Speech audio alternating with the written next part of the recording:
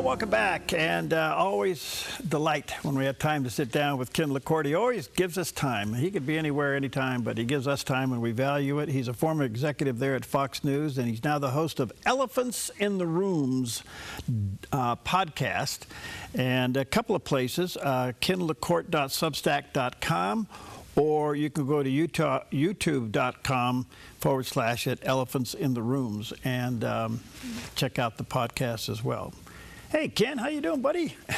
I'm doing well. How are you this morning? Good. Good to see you. Good to see you.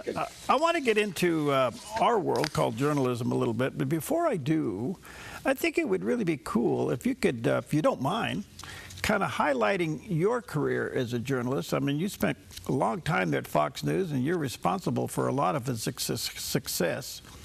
Tell us about that a little bit. You know, my career, both in news and at Fox News, came because of my very close mentor. He was like a second father to me, which is Roger Ailes. Oh. I wanted to run political campaigns when I was young. That's what I wanted to do. I was headed to law school, and they opened up a brand new graduate school in New York just to teach people how to run political campaigns. And that was in 1988. The George Bush campaign, senior, was just getting going. It was their first year of the school. I was one of only 2 Republicans in the 30-class school. And Roger Ailes called them up, said, "Hey, I need a Republican, send one over." And they picked me instead of the other guy. And through some fortunate, I kind of shone at his operations. I worked on the Bush campaign, a number of campaigns, nationwide, worldwide. And then I came back to California to raise a family. He founded Fox News about a year and a half after it started. He said, "You know, I need you on the West Coast to kind of help run." So I ran. So a news organization like that, and they've altered a little bit right now, but when you look at Fox News, it's like, how does that all get put together? Well, from an editorial point of view, there were 2 distinct parts of the operations that fed up to Roger Ailes, but they had 2 heads of that. One was the news division. Everybody's standing up, the reporters, the ones giving you the straight news that are still out in the field and doing that. The other was called the programming, or sometimes opinion division. That's who Sean Hannity worked for. That's who the anchors sitting in the chairs generally work for. So I came, and so for the news gathering, they would have their big operations in New York. Probably 70% of the people who worked for the channel worked out of the New York bureau. They had a big bureau in D.C. and about another dozen throughout the world. I was brought on to run the West Coast. We call it the left coast sometimes. So Los Angeles, Seattle, and San Francisco. And so I did that for a handful of years. I eventually became the number 2 editorial person for the news product for all of Fox News. And then for my last 10 years, this whole internet thing was starting to look like it might be something more than just looking at pictures of girls online. So they put me in charge of that. And that's what I did for the last 10 years. Eventually, Roger was tossed out of Fox News, and they showed me the door pretty quickly thereafter. What was his motive for starting Fox News? What was behind it? So he had been in politics, and then he ran CNBC for a few years. That's the business channel on CNBC, and he'd actually started a whole new network there called America's Talking, which they eventually turned into MSNBC. So weirdly, Roger Ailes was the channel right before same channel became MSNBC. He and Rupert Murdoch knew that the entire press was kind of at that point in life was playing a bit of a shell game. They were pretending to be completely neutral, but everybody was 20, 30 degrees to the left. And they knew that there was an appetite for news that wasn't. And so when he and then I came on shortly later launched the Fox News channel, the ideal was never to be like a far right channel. We viewed America, think of a bell chart, right? Which has the population under it. And America's pretty darn split. And in our whole life, they've all been within 5 points for a presidential election. So half are liberal, half are conservative. And we believed that the press was over on the liberal side, and that left just a great big jump of people from kind of the center to the farther right that just didn't have a platform that was looking at the news that they wanted to do. So the intention was to be 15 degrees right of center. If we went too, he would always talk about, he used the analogy of the moon landing, because he worked for the White House when the moon landing came in. He said, if we're too hot, if we're too conservative, we're gonna come straight in, we're gonna burn up, we're not gonna get advertisers, we're gonna be rejected.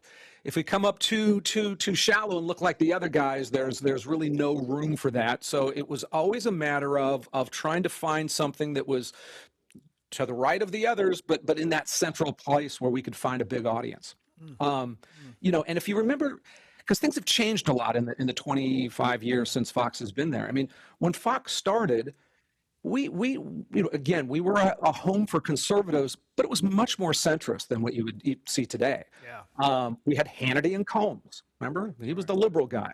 Now, it was the only show on TV where the conservative was a better looking guy than the liberal guy. Maybe that was a mistake, but probably not. Then we had Bill O'Reilly, who was a populist conservative, and then we had Greta Van Susteren for years, who was certainly not a conservative, really a moderate. I've known Greta for 20 years. I still don't know who she votes for.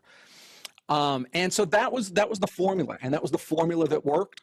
It was not being hardcore right. And back in the day, also, all the news anchors in the day, they never talked about their politics. They would a little bit on the morning show, and then they'd wait till prime time, till 5 or 6 p.m. before.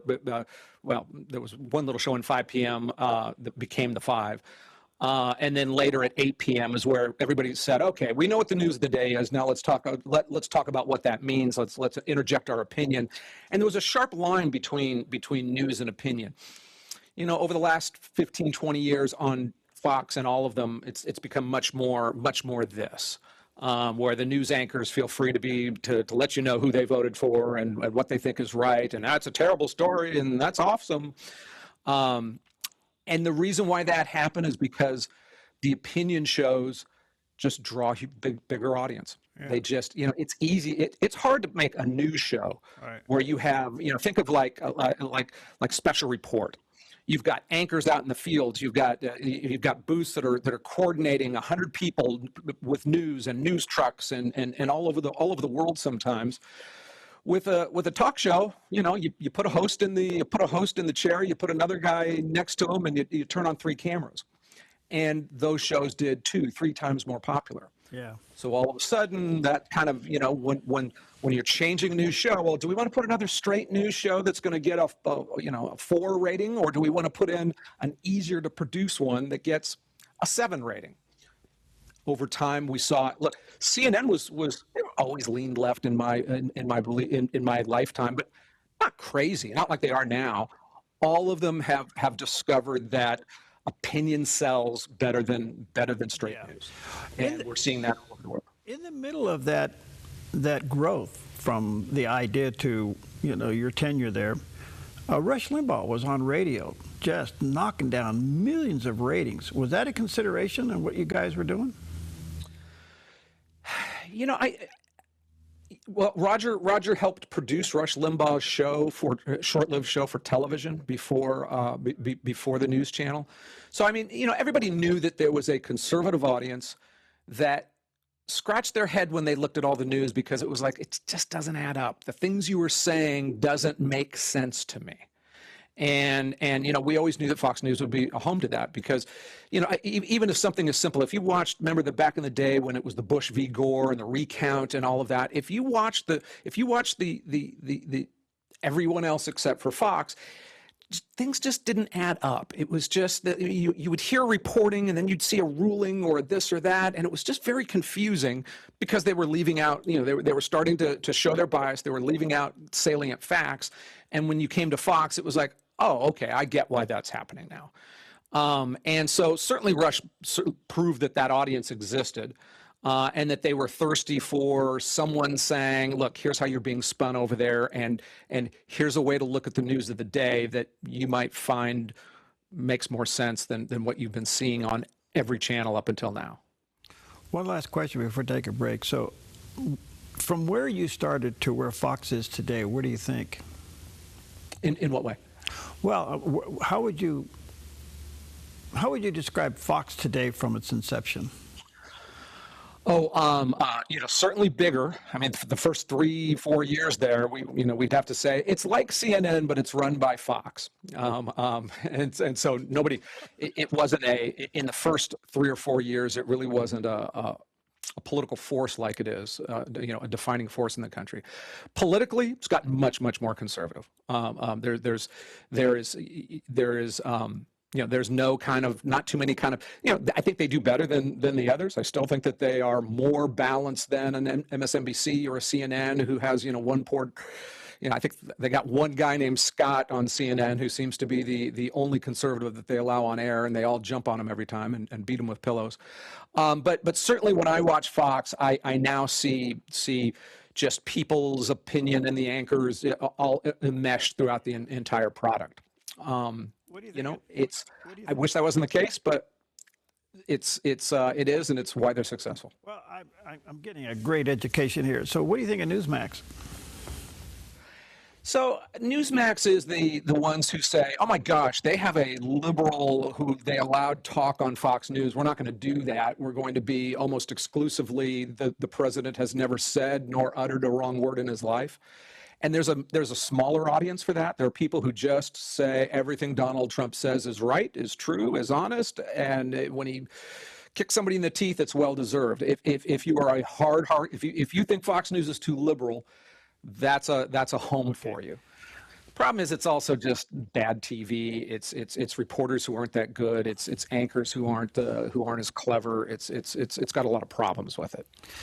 All right, let me take a break. When we come back, I want to take our discussion to another level, and that is AI's influence in the newsroom. And we can talk about that. Let me sort of viewers and listeners check out Ken's website. Check out first of all, his podcast, Elephants in the Rooms podcast, which you can go to youtube.com, Elephants in the Room. And then his other connecting point is kenlacorte.substack.com, and there's a picture of that landing page. We'll be right back.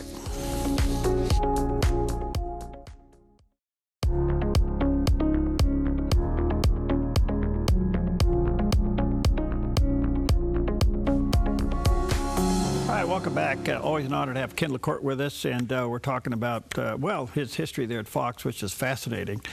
But I want to bring this up to current times. Ken, as you know, AI's out there, and I was reading an article the other day that there was literally a pushback of employees outside of a newspaper still owned by the McClatchy broadcasting publishing company, and I'm very familiar with that company out of Sacramento. Anyway, long story short, they're pushing back because their job's being replaced with AI. You can ask AI to write an article about such and such, and boom, and they just turn around and print it in the newspaper. The problem with all of this is that AI does have a bias, and if you don't know what you're doing, you're led down the primrose path. What do you think? Ooh, it's a big topic to talk about. AI is a tool, and just like having a knife in the kitchen, if you're cutting cucumbers, it's good with it. If you're slicing off your finger, it's going to be problematic. It will be integrated with newsrooms. Newsrooms have I've seen, and from the big ones, even from what I know about Fox News, even though I'm not working there, they're nervous about it. On one hand, it kind of feels like cheating. Wait a second, you're telling this thing, and it prints it out, and it writes an opening paragraph for you, or it does some things. They will have to. Nobody's going to say we're not going to use it, and we're still gonna ride the horse to work instead of taking a car because we're afraid of putting the buggy whip companies out of business. So it will become more integrated. We do have to worry about a number of things. One is it gets things wrong. Another is that it brings its own kind of set of values into it. Mm-hmm. Now, those videos, I work heavily with AI. I'll write a 4,000 word video. It's less a podcast and more kind of explainer on topics. And I routinely, it depends on the program. It depends on a number of things. It routinely defaults toward the common narrative. Well, a lot of times the common narrative is just wrong, or it's afraid to say some things. So AI has a couple big chunks with its biases. One is that if 50,000, if 2,000 people wrote this and 400 wrote that, it's going to say, well, that's probably the right way to approach something. They also, just because these were built by San Francisco and Bay Area made companies, they imbue some of those values too. And one thing that you clearly saw early on, they're getting better, I have to say. But one thing you saw very early on is it would protect classes.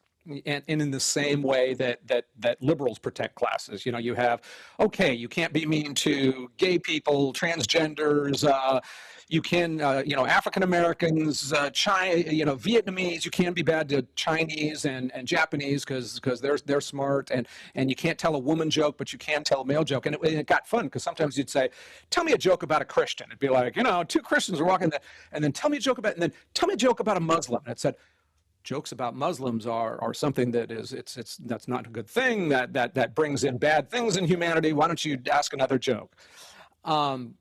One time this is a couple years ago, I asked AI to tell me two stories, and I opened it fresh each time. One was a young black man moves into a white neighborhood, and the other was a young white man moves into a black neighborhood.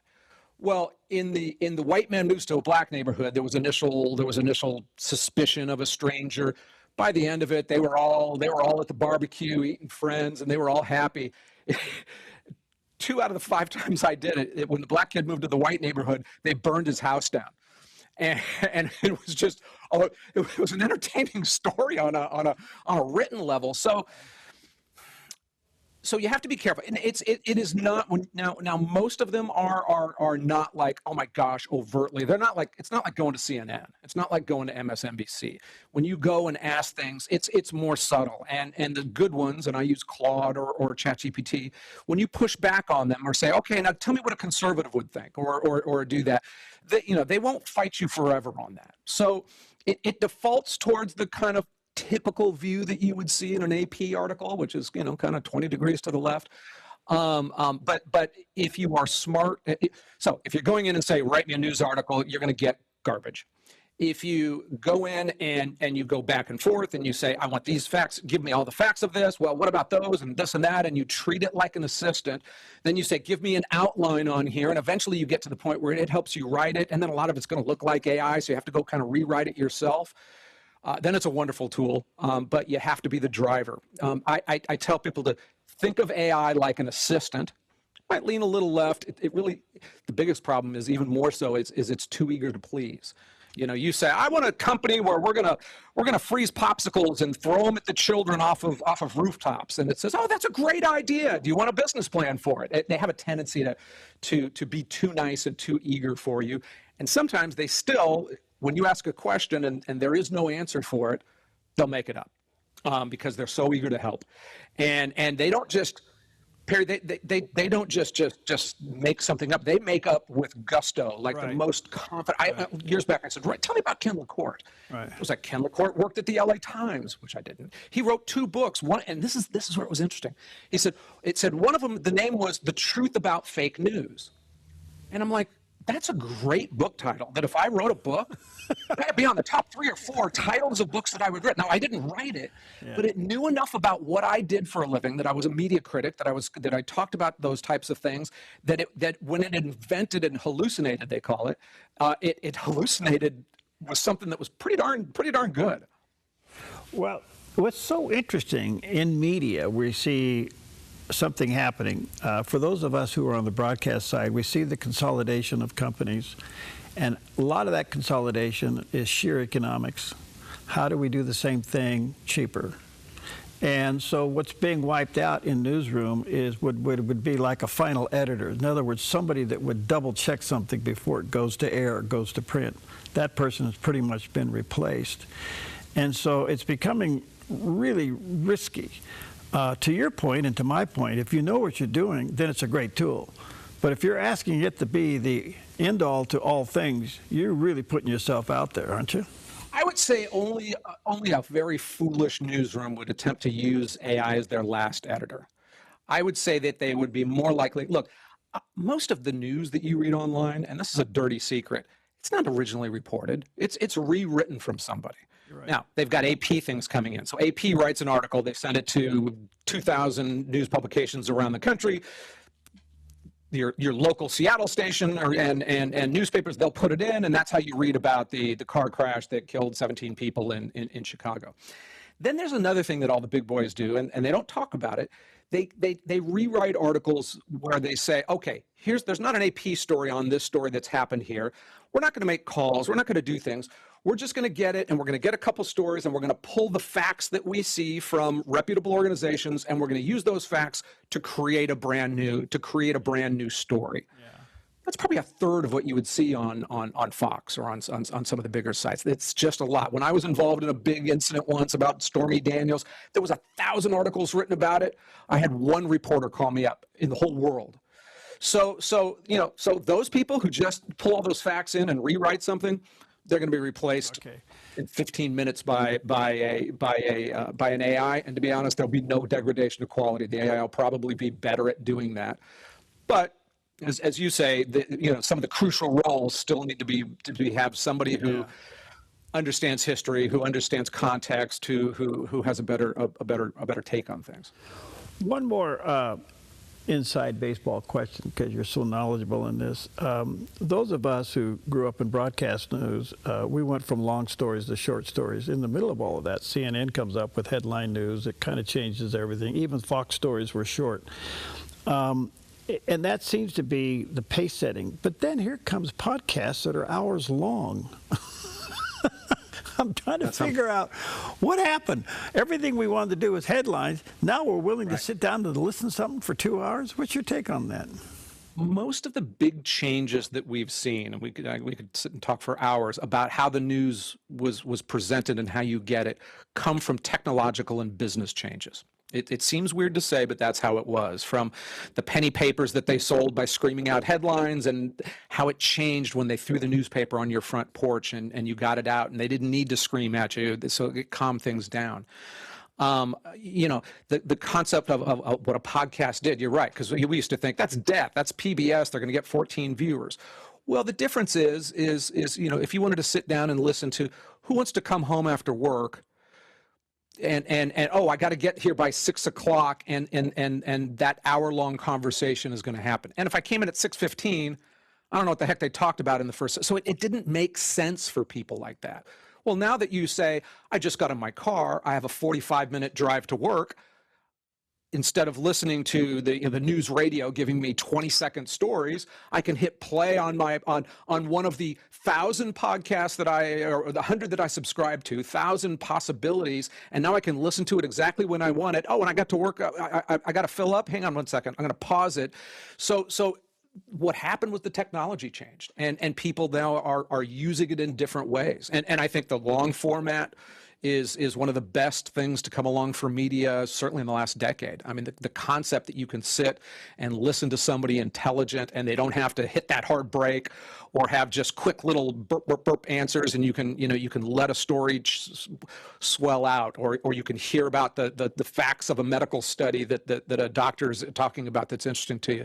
It's, as much as we all complain about the food fight that our media's become, some of this stuff is it's brilliant for consumers. I mean, look at the way we used to sell cars. I was doing something, you'd call the newspaper, and you'd buy 20 words that said, I'm selling a 1975 Ford, whatever, blah, blah, blah, blah. It's in good condition, call Ken, and then you put your phone number there. And look at how we sell used cars now with pictures and comparisons and video of it, and I can see how many miles it had, and I can check its VIN number. I mean, let's not forget, in the middle of the press throwing tomatoes at everybody or at each other's heads, we've got some great information has been in our hands like it's never been before. But we're in charge now. It's not some super storied, intelligent editor who's saying, it's the evening news, here's the 30 minutes that you need to know about America.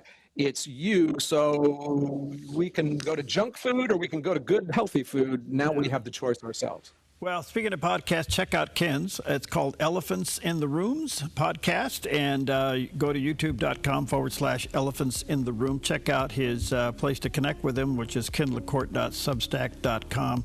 Ken, you're fascinating. Thank you. I got to go with you today where I've always wanted to go for a while. So thank you for. It's actually more fun than talking about the day's headlines. I think you ought to do that book.